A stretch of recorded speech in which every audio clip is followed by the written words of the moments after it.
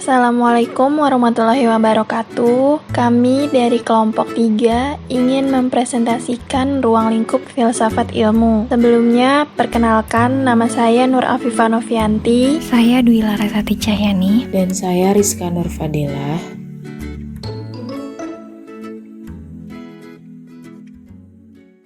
Pengertian. Secara etimologi, filsafat berasal dari kata philosophia. Philein artinya mencintai atau philos artinya teman. Sophos artinya bijaksana atau sophia artinya kebijaksanaan. Kata ilmu berasal dari bahasa Arab yaitu alima yang berarti pengetahuan. Pemakaian kata ilmu dalam bahasa Indonesia merujuk pada kata science dalam bahasa Inggris. Sains sendiri berasal dari bahasa Latin, scio, scry, yang artinya juga pengetahuan. Sifat dasar filsafat. 1. Berpikir radikal. Menemukan akar seluruh kenyataan. 2. Mencari asas. Menemukan sesuatu yang menjadi esensi realitas. 3. Mencari kejelasan, baik kejelasan pengertian maupun kejelasan intelektual. 4. Berpikir rasional, logis, sistematis, dan kritis. Peranan filsafat. Pendobrak. Ketika intelektualitas tertawan dalam penjara tradisi dan kebiasaan. Pembebas. Membebaskan manusia dari ketidaktahuan dan cara berpikir mistis.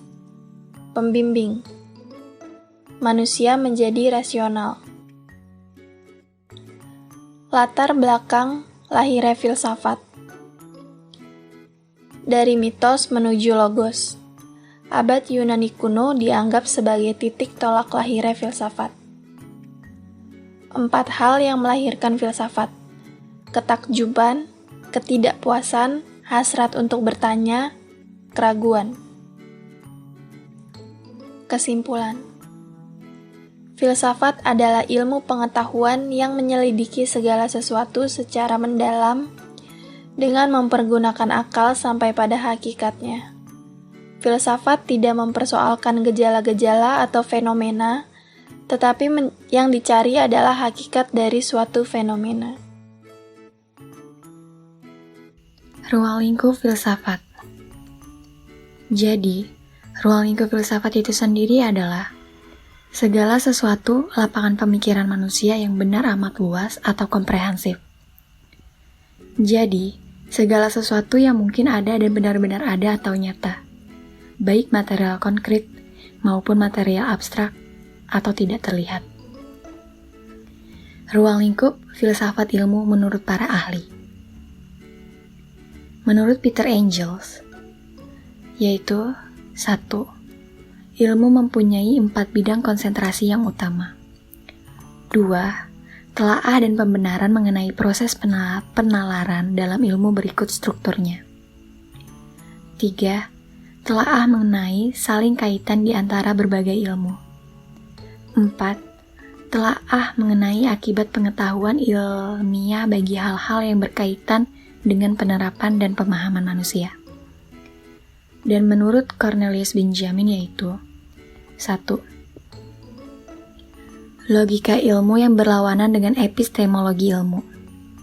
2. Filsafat ilmu kealaman yang berlawanan dengan filsafat ilmu kemanusiaan.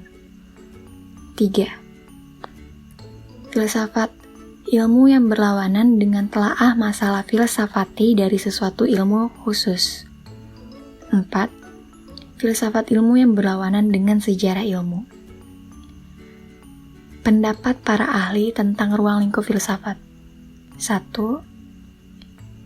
Tentang hal mengerti, syarat-syaratnya dan metode-metodenya. 2. Tentang ada dan tidak ada. 3. Tentang alam, dunia, dan seisinya. 4.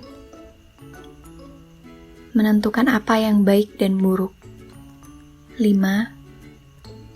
hakikat manusia, dan hubungannya dengan sesama makhluk lainnya. Jadi, dapat disimpulkan bahwa ruang lingkup filsafat ilmu adalah ilmu membatasi lingkup pada batasan pengalaman manusia. Hal ini sebabkan metode yang dipergunakan dalam menyusun kebenaran secara empiris.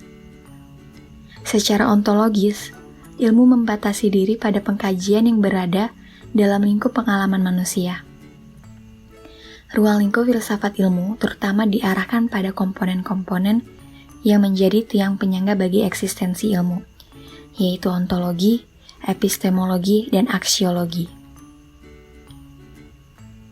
Problematika filsafat ilmu. Menurut Van Friesen dan H. Margenau, menurut kedua ahli ini, problem utama dalam filsafat ilmu setelah tahun 60-an adalah 1. Metodologi, yaitu hal-hal yang diperbincangkan ialah mengenai sifat dasar dari penjelasan ilmiah, logika penemuan, teori probabilitas, dan teori pengukuran. 2.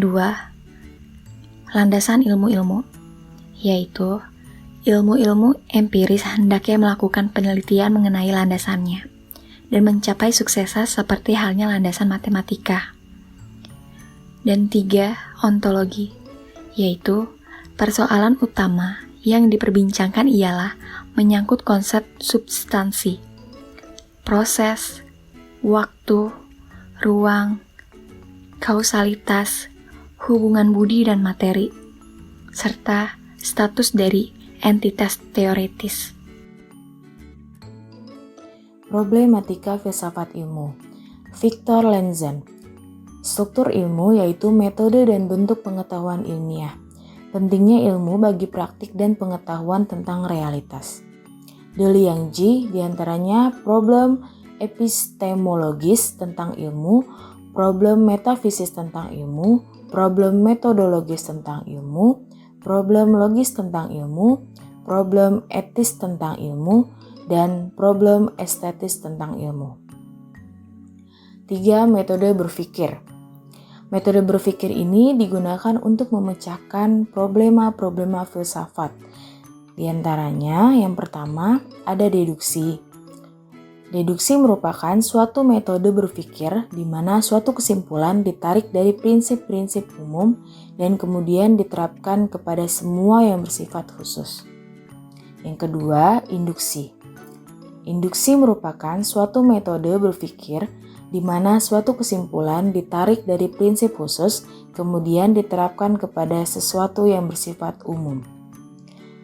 Yang ketiga, dialektika. Dialektika merupakan suatu cara berpikir di mana suatu kesimpulan diperoleh melalui 3 jenjang penalaran, di antaranya tesis, antitesis, dan sintesis. Objek pada filsafat ilmu terbagi menjadi 2. Yang pertama, material, yaitu objek yang dijadikan sasaran menyelidiki oleh suatu ilmu atau objek yang dipelajari oleh ilmu itu.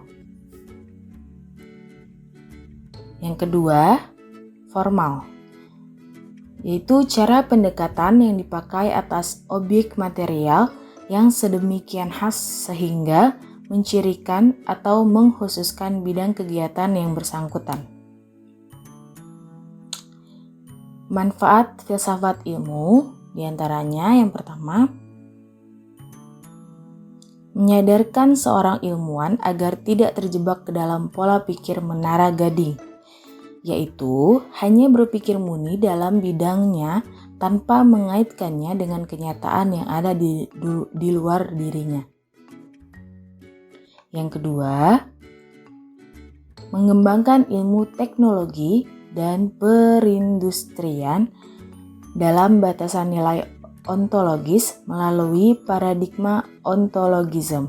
Diharapkan dapat mendorong pertumbuhan wawasan spiritual keilmuan yang mampu mengatasi bahaya sekularisme segala ilmu.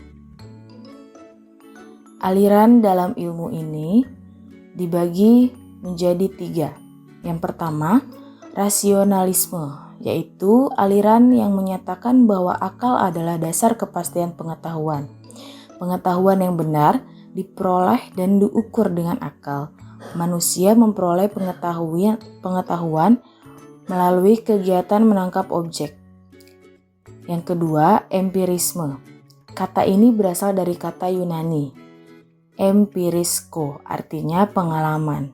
Menurut aliran ini, manusia memperoleh pengetahuan melalui pengalamannya. Yang ketiga, kritisme. Aliran ini dikenal dengan kritisme, yaitu filsafat yang memulai pelajarannya dengan menyelidiki batas-batas kemampuan rasio sebagai sumber pengetahuan manusia. Sekian presentasi dari kelompok kami, kurang lebihnya mohon maaf, semoga bermanfaat. Terima kasih.